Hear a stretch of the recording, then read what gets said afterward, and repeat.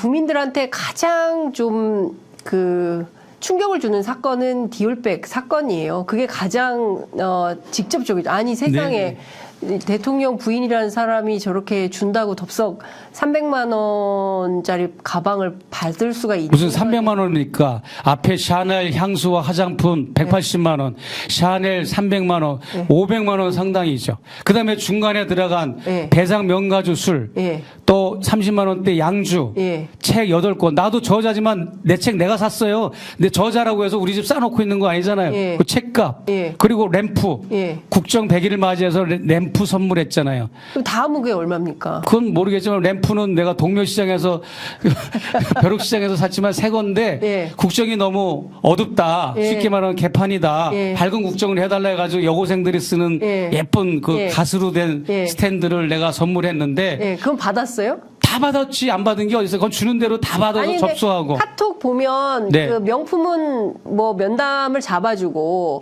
카톡이 그거는 마지막에 전달한 거. 후드티와 그 다음에 이제 다운 점퍼, 오리털 잠바, 뭐 마스크와 머플러 이거는 반응이 없었던 거죠.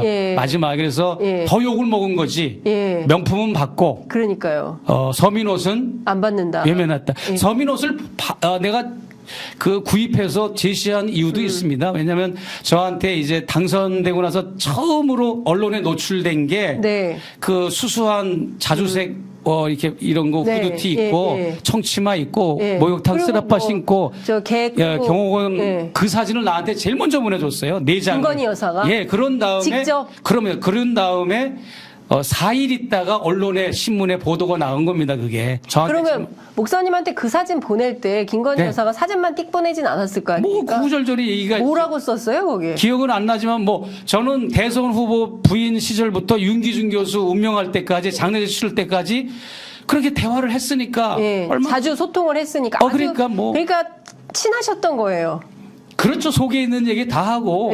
그러니까 내가 양평 고속도로 그렇게 힘들어하던가요, 김건희 여사가? 네? 김건희 여사가 뭘 그렇게 진보나 좌파들이 자기를 너무 억울하게 공격해서 정말 참혹할이 많고 목숨을 끊을 만큼 자기는 고통스럽다는 걸 늘 호소했죠. 그래서 내가 책을 만들자고 그랬어.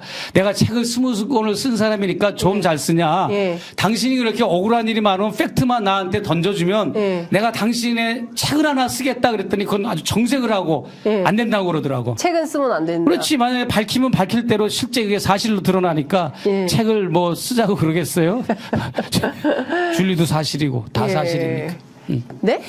줄리 의혹도 의혹이 아니고 사실이고 다 사실이니까 알겠습니다. 책을 쓸 수가 있겠습니까? 내가 사실관계 확인을 하는 저자로서는 다 그걸 밝혀야 되는데 그걸 밝히는 게 두려운 거죠. 줄리 의혹과 관련해서는 김건희 여사 측이 본인은 사실이 아니라고 밝혔기 때문에요. 어쨌든 이것은 양측의 주장이 갈리는 이슈라서 그 부분은 저희가 그렇게 정리를 하고 넘어가도록 하겠습니다. 중앙일보가요. 목사님은 의도적으로 접근했다. 아니 의도적으로 접근했다고 치자. 그러면 보세요. 제가 카톡 사진을 보내면서 선물 사진을 먼저 찍어서 보냈어요. 여사님 이 사진을 이런 선물을 준비했습니다. 그러면 정상적인 공무원이라면 정상적인 공무원의 배우자라면 목사님 이런 거 갖고 들어오면 곤란합니다. 만날 수 없습니다라고 딱 잘라서 얘기를 하든지 아니면 목사님 그거 두고 오세요. 목사님이 무슨 돈이 있습니까? 이렇게 해야 정말 정상적인 사람이잖아요. 그런데 그 사진을 보내고 나서 바로 여사가 직접 접견 일자와 장소를 알려주는 거 그거는 뭐예요? 가져 들어오라는 얘기잖아요. 근데 무슨 그게 의도적 접근입니까? 그것을 이미 그게 습관화된 겁니다. 중앙지검 시절에 남편의 중앙지검장의 부인의 그 권력을 이용해서 검찰총장의 권력을 이용해서 코바나 콘텐츠에 앉아가지고 130개 업체로부터 전시회 때 후원과 지원을 받고 이런 그 습관이 영부인이 되고 나서도 그대로 이게 유지가 된 거고 네. 바뀌지가 않은 거지. 네. 그러니까 그 선물을 받은 거고 예. 내 것만 받았으면 내가 이게 정말 문제가 있는 거고 이게 공작이고 그러지만 네. 내 접견이 끝나고 나갈 때 그 대기실에 앉아가지고 사람이 2-4가 와가지고 사람은 2명인데 쇼핑백 선물을 3개를 들고 내 다음 대기자가 또 들어가는 걸 그 신라 찍었잖아요. 면세점. 신라 면세점과 또 2개의 선물. 네. 그러니까 그날 내가 만나는 날만 찍어도 그런 건데 다른 날까지 거기 기자들이 몰래 카메라를 준비했다면 얼마나 많은 선물이 들어갔겠냐 이 말이에요. 이런 걸 모르고 조중동 이런 사설들이나 취재 기자들이 이렇게 권력을 측면 지원하고 있다는 것은 이거는 정말 언론이 아니라 정보유통회사 직원들도 이따위로 언론의 기능을 안 합니다. 네. 언론이라고 하는 것은 권력을 견제하고 감시하고 부조리가 있으면 파헤치는 게 언론이잖아요. 네. 그 일을 대신해 주시면 나를 도와주고 잘했다고 칭찬해주고 화 불을 붙여야지. 어디서 그따위 소리들을 합니까? 네. 동아일보가요. 칼럼을 통해서 최재형 목사는 아니 전형적인 동아일보고 중앙일보고 조선일보고 아예 말할 가치들이 없어. 논평할 가치가 없다 이렇게 생각합니다. 친북 인사인데 들어보세요. 네. 친북 인사가 현역을 무사히 내가 몇 개월인지는 병역 증명서를 찾아봐야 한다. 현역으로 무사히 군대도 갔다 왔고 예비군도 무사히 다 마쳤고 네. 민방위까지 마쳤어요. 나라에서 하는 거 다 마쳤고 저는 애국자입니다. 한 번도 이런 나라의 룰을 어긴 적이 없어요. 내 그 국가보안법 걸린 것도 무혐의로 다 풀려났습니다. 네. 다 내 떼서 기자가 1대1로 오면 다 보여줄 수 있어요. 네. 그런 사람이 무슨 북한을 갔다 왔다는 이유로 가서 무슨 일을 했냐가 중요하지. 북한을 다녀왔다는 이유로 종북이다, 빨갱이다, 친북이다 이따위 소리 하는 거는 다 고소고발 들어갈 거예요. 네. 무슨 근거로 그따위 소리 하는지. 네. 나는 북한에 가면 순환공항에 도착해서 빠져나올 때까지 모든 걸 방북기로 다 공개를 했어요. 통일뉴스, 네. NK투데이, 주권방송 네. 이런 매체를 통해서 다 나의 그 일정을 공개를 했기 때문에 투명해요. 뭐 그런 소리를 합니까? 네. 알겠습니다. 지금 말씀 주신 내용은 보수 언론에서 네. 목사님을 폄훼하기 위한 그렇죠. 그런 방법의 일환으로 너무 우습잖아요. 쓰고 있다라는 네, 네. 비판을 한 것으로 저희가 이해를 하겠습니다. 네. 목사님께서 김건희 여사 면담했을 때 태도에 대해서도 상당히 이것은 대통령 부인의 태도는 아닌 것 같다. 아휴, 얘기도 하지 마세요. 그 소리만 들으면 나 가슴이 벌렁벌렁거리고. 네. 그러니까 뭐 면티 입고 네. 뿔테 안경 끼고 노 메이크업으로 2다리 쫙 천박한 자세로 앉아 있고 그리고 가래침 뱉고 상대방하고 가래침을 뱉으면 그냥 뱉지 꼭 대화 상대와 아이 컨택을 또 가래침을 뱉는 거예요. 무슨 그게 무슨 조화 속인지 모르겠어. 하여튼 그러고 보통 가래를 자기가 많이 뱉는다 생각하면 밑에다가 쓰레기통 준비해가지고 거기다 버려야 되는데 앞에다가 수북히 싸놓고 뱉은 데다가 또 뱉어요 또. 그런 모습을 보고 그 앞에서 또 인사청탁하는 걸 보니 제가 답답하고 저는 그래도 VIP로 대접해서 그 정도인데 제 다음에 접견자들은 제 대접 그 이하로 또 더 도도하게 대했다는 게 문제죠. 저는 그래도 VIP로 대상을 생각했기 때문에 신라호텔 구피만찬도 초청을 한 거 아닙니까? 대단하다고 생각해가지고 네. 대단한 사람인데도 그렇게 대하는데 네. 신라 면세점 쇼핑백 들고 오는 저 서민 같은 분들은 얼마나 그 앞에서 또 도도하게 대했을 거냐 말이에요. 기가 막힌 거지. 근데 보세요. 해외 정상들하고 리셉션하고 파티하고 국내에서 무슨 행사할 때 보통 행사가 한두 시간입니다. 그럴 때 여사가 가래침 뱉는 거 봤습니까? 뭐냐? 참을 수 있다는 거야. 충분히. 네. 참을 수 있는데도 뭐 편한 자리, 자기가 하대할 수 있는 사람이라면 막 그렇게 함부로 한 거야, 이렇게. 이중적으로. 목사님께서는 그렇게 함부로 대하는 태도에 대해서 영부인이라면 기본적인 프로토콜이 있잖아요. 네. 접견자를 만나면 접견자를 만날 때 네. 쌍화차 드시겠어요? 나한테는 냉수 달라고 그랬더니 쌍화차를 준다고 그래요. 하여튼 습관이 됐는데. 하든지 왜 시골 다방 마담도 아닌데 왜 쌍화탕을 권유하는지 모르겠어요. 하여튼 그런 것조차도 영부인은 말하면 안 돼요. 비서들이 알아서 네. 딱 내놓고 영부인은 그냥 적견 목적으로 해야 되는데 네. 전혀 그런 시스템이 작동이 안 되는 거지. 예. 그러니까 선물 주는 거 다 받고 네. 경호 시스템 탈출해서 예. 경호 시스템 다 무너뜨리고 예. 주는 거 다 받고 예. 예. 목사님께서 이제 금융위원 말씀하셨잖아요. 근데 네. 그 김건희 여사하고 윤기중 교수가 사망하기 직전까지 여러 경로를 통해서 접촉했을 때 이런 대목은 정말 국정농단이다. 이런 대목은 이거는 묵과할 수 없는 불법 혹은 범법 행위인 것 같다라고 느껴지는 대목은 어떤 게 있었을까요? 그거는 내가 뭐 기억하기도 좀 그렇고 네. 분명한 거는 금융위원회 임명하는 거와 관련된 워딩만 얘기해 줄 수 정확하게 있습니다. 기억하시는 내용. 그거면 끝나는 거지 뭐. 예, 다른 금융위원은 고위직이잖아요. 네. 예, 고위직인데 그것도 인사권자의 위치에서 막 그렇게 본인이 여사는 사회적 약자 돌보는 거. 예. 예를 들어 유영수 여사가 어린이 복지를 인권을 위해서 힘쓰고 애썼잖아요. 18년 동안. 그래서 남산에 어린이회관도 있고 저기 어린이 대공원에 있는 거기에 뭐 어린이 공원도 있고 뭐 많은 그런 걸 했잖아요. 그런 어떤 사각지대를 해주고 그러는 거예요. 그런데 여사가 어디 대통령과 같은 권력을 대통령실의 시스템을 이원화하고 네. 그래서 자기한테 집중화하고 네. 그러니까 대통령실 직원들이 김건희 여사가 나타나면 벌벌벌 떨고 그러니까 부속실이 뭐가 필요했어요. 대통령실 직원들이 다 내 사람인데 그렇잖아요. 그래서 부속실을 안 두는 거예요. 제2부속실 설치가 그래서 할 필요가 없는 거지. 어차피 대통령실 다 직원들이 다 내 사람이고 내 조직인데 뭘 필요가 굳이 있어요. 그걸 만들 필요가 없다. 그러면요. 예, 민정수석실도 근데 필요 없는 그 거지. 목사님 저기 그 보고 아까 김대기 비서실장이 네. 뭐 우회적으로 보고한다고 말씀하셨는데요. 네, 그 뉴스에도 여러 번 나왔습니다. 예. 취재 기자, 일반 취재 기자들도 또 국회에서 그 대통령 비서실장을 뭐 이렇게 국회 대정부 질문하는 게 있잖아요. 네. 뭐 이제 아니, 제가 통무처. 여쭙고 싶은 질문은 네, 네.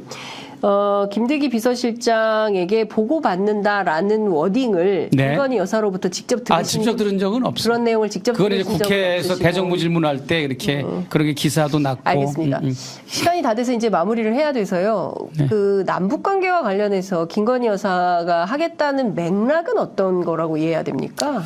그러니까 북에 대한 알고 있는 지식이 네. 굉장히 아주 저급해요. 네. 제가 볼 때는 뭐 본인의 뇌피셜인 거예요. 대북관이나 통일관이. 근데 네. 뭐 북한 동포들을 다 끼워넣어야 된다. 그거 못 끼워넣어요. 나도 정말 북한 동포들을 끔찍이 위하는 마음이 있지만 네. 북한 동포들 다 받아야 된다고 그러고 뭐 인권에 대해서 북한 인권 문제도 굉장히 예민한 부분이고 그런 건 막 그냥 북한 얘기하고 인권에 대한 관심이 많다는 거예요? 아니 북한 인권도 얘기하고 네. 이제 통일되면 그 북한 동포들을 다 끼워안는 문제에 대해서도 관심이 있는 것 같고 네. 뭐 제가 뭐 이 사건만 아니었으면 뭐 대북 특사, 통일부 장관 뭐 이런 거는 뭐 또 그런 것도 생각을 하지 않았겠습니까? 큰일 나고 같이 하자고 그러고 뭐 1차 접견 때도 녹음이나 촬영은 안 됐지만 그때도 그런 얘기 많이 하고 뭐 미국 국적인데 이게 뭐 국적을 취소하고 여기 정무직 같은 거 그거 뭐 어떻게 되는 겁니까? 그런 것도 질문했고 그랬으니까. 김건희 여사가요? 네, 1차 접견 때. 그러면은 장관을 하셨을 수도 있었겠네요. 그게 무슨 소용이겠습니까? 나는 그거 시켜도 안 하고 네. 미국 시민권 포기 못 합니다. 왜냐하면 네. 북을 다녀야 되기 때문에. 네. 그리고 이 윤석열 정권 하에서 그런 고관대직을 맡는다는 게 힘들고 이 우경화됐다고 하는 이번에 영상에서 다루지 않은 게 있어요. 실제 영상에 잡혔는데 네. 장인수 기자가 그걸 안 넣었더라고. 예. 내가 여사한테 그랬어요. 예. 국정이 너무 우경화됐다. 그래서 나는 좌로도 우로도 치지 않고 균형 있게 국정을 수행해 달라는 워딩을 했더니 김건희 여사가 발끈하는 장면이 나와요. 어떻게 발끈했습니까? 우리가 우경화됐다고 그랬는데요 하면서 어쩌고저쩌고 이렇게 말대꾸하는 게 나와요. 예, 그런데 그 영상이 있다는 거죠? 영상에 있어요. 근데 장인수가 이제 김건희 여사 워딩 위주로 예. 편집하다 보니까 예. 내 거는 뺐는데 예. 그것처럼 내가 조목조목 안 되는 것도 지적을 했죠. 예. 근데 그러니까 우경화되지 않았다는 주장을 하는 그렇죠. 왜 우경화됐냐 이렇게 따지는 거죠. 따지는 거다. 근데 이제 대통령실 직원 기능직 요원들까지 다 그구들을 다 채워놨잖아요. 뭐 얘기할 것도 없고. 예. 네. 그러면 남북관계와 관련해서 5년 안에 통일할 수 있다. 그리고 경우에 따라서 목사님을 대북 특사로 보내거나 아니면 미국 국적 아니, 그건 내 포기하고. 추측이고. 그건 추정이고. 예, 예. 추정이고. 예. 이 실제로 사건만 그런 제안을 한 건 네. 아니라는 거죠. 네, 이 사건만 아니었으면 잘 지냈으면 네. 여사하고 가능성이 관계를 있다. 좋은 관계를 지냈으면 뭐 큰일 같이 하자. 네. 뭐 남북 관계 나서자. 그다음에 네. 뭐 도와달라. 네. 도와달라는 얘기도 여러 번 했고. 예. 그럼 남북 문제에 있어서 예. 뭐 뻔한 것이 뭐 예. 또 내가 그럴 만한 저것도 되고. 그리고 문재인 정부 때 중후반부 문재인 정권 중후반부에서는 LA까지 사람을 보내서 문재인 정부 청와대에서 김정은 위원장이 방남을 하는 게 아마 뭔가 있었나 봐요. 방북 반대말이 방남이잖아요. 네. 그래서 뭐 일정을 짜달라고 연락이 와가지고 사람이 왔어요. 그래가지고 목사님께. 예, 그래서 2박 3일짜리 일정 짜주기도 했고 3박 4일 짜주기도 했어요. 예. 그래서 뭐 김정은 위원장이 제주공항에 도착해서 예. 뭐 환영 행사하면 예. 한라산 올라가서 취소 행사하고 쪼락말고원에 내려와서 뭐 예. 말 한 필 기증받고 예. 4.3 항쟁 기념관 참배하고 이런 코스를 갈 때까지 내가 짜준 게 있어요. 문재인 정부에서도. 예. 그 정도는 내가 자리매김 됐죠. 뭐 예. 여야를 막론하고. 예. 예. 네, 여기서 현장에 전국을 다니면서 캐리어를 끌고 예. 강연한 지가 10년이 넘었으니까 아마 정치인들이나 이런 실무자들도 저를 많이 그런 쪽으로는 알고 있으니까 자리매김이 된 거죠. 네. 알겠습니다. 다음에 한번 또 불러주시고 요 정도로 하죠. 제가 다음 또. 네, 다음 스케줄이 있으셔가지고 예, 예. 더 길게 말씀을 못 들을 것 같습니다. 오늘 말씀은 여기까지 듣겠습니다. 뭐 끝으로 그래도 꼭 하시고 싶으신 말씀 있으면 30초 정도 말씀 듣고 마무리하겠습니다. 제가 이제 쉽게 말하면 뭐든지 저는 쉽게 얘기해서 좋다고 그러는데 우리나라에 국고가 있잖아요. 국고. 거기 뭐 몇 조가 있는지 몇십 조가 있는지 난 잘 모르겠지만 그 국고가 이게 미식령 휴게소를 운영했던 이 조직들이 네. 이 가족 사기단들이 네. 이 국고도 이제 자기들 계좌나 자기들 근거로 이제 어떻게 하면 옮겨서 나라의 국고를 탕진하고 어떻게 합법적으로 가장해서 탈취해 갈까 나는 이게 걱정인 거예요. 이거를 시민단체 또 대한 언론들 레거시 언론들이 다 젖다우들이니까 철저하게 검증해가지고 뉴스타파가 뭐 윤석열 검찰의 그 뭐 검찰 특활비 끝까지 물고 늘어지는 것처럼 그 다음에 또 여러 가지 대통령실 직원이 몇 명인지 직책과 이름을 밝혀라 해가지고 뉴스타파와 또 나 고발한 그 시민단체가 어디죠? 이번 모르겠습니다. 그 시민단 박원순 시장이 설립한 시민단 참여연대요? 참여연대하고 참여연대가 목사님 고발했어요? 윤석열 기관인 자로 한꺼번에 세 사람을 고발했잖아요. 그러니까 미워서 고발했겠습니까? 이제 수여자 공여자 이거를 네. 이제 하기 위해서 한 건데 참여연대와 뉴스타파가 대통령 직원들이 도대체 누구냐 네. 이름과 직책을 밝혀라. 이 두 단체가 공조해가지고 요구하는데 끝까지 지금 안 하고 버티고 있잖아. 이런 거를 국고가 어떻게 엑스포 때 그 예산이 다 어디로 가고 또 뭐 우리 수많은 이런 예산들이 있잖아요. 뭐 해외 순방하는 예산이 막 더 부쩍 늘어나고 다 탕진하고 또 추가 예산을 쓰고 이런 거를 아주 매 눈으로 감시 감독하고 들춰내 가지고 네. 국고가 정상적으로 다 이렇게 예산이 국민을 위해 쓰여질 수 있도록 네. 그런 걸 감시 견제를 해주는 역할을 했으면 참 좋겠다 하는 생각을 하고 내가 왜 이렇게 얘기를 하는가 하면 김건희 여사한테도 내가 그랬어요. 카톡으로. 네. 여사님 링크까지 보냈어. 네. 고아원을 출소한 어느 학생이 네. 미성년자를 벗어나면 이제 사회로 진출하잖아. 네.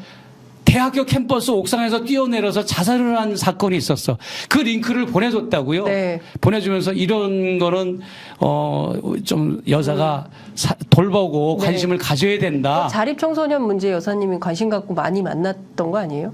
그런데 네. 윤석열 정권이 예. 코 묻은 돈을 빼먹는다는 말처럼 그 아이들 고아원을 출소한 아이들이 사회를 진출하는 그 정착 자금 몇백만 원 주는 거 있잖아요. 예. 그것도 중단을 시켰잖아. 나는 그래서 그걸 보고 분노를 한 겁니다. 그런 돈까지 이걸 어디다 썼느냐 이거야 이게 도대체. 하긴 뭐 R&D 예산 5조를 뭐 이런 것도 네. 문제일 뿐만 아니라 다양한 이런 돈들을 다음 대선과 총선을 위해서 자금을 축적해 두려고 어디 이 친구들이 뭐 하여튼 했는지는 몰라도 그런 거 여러분이 잘 감시해 주시면 좋겠다 네. 하는 말씀으로 제 말씀을 가늠하겠습니다. 네.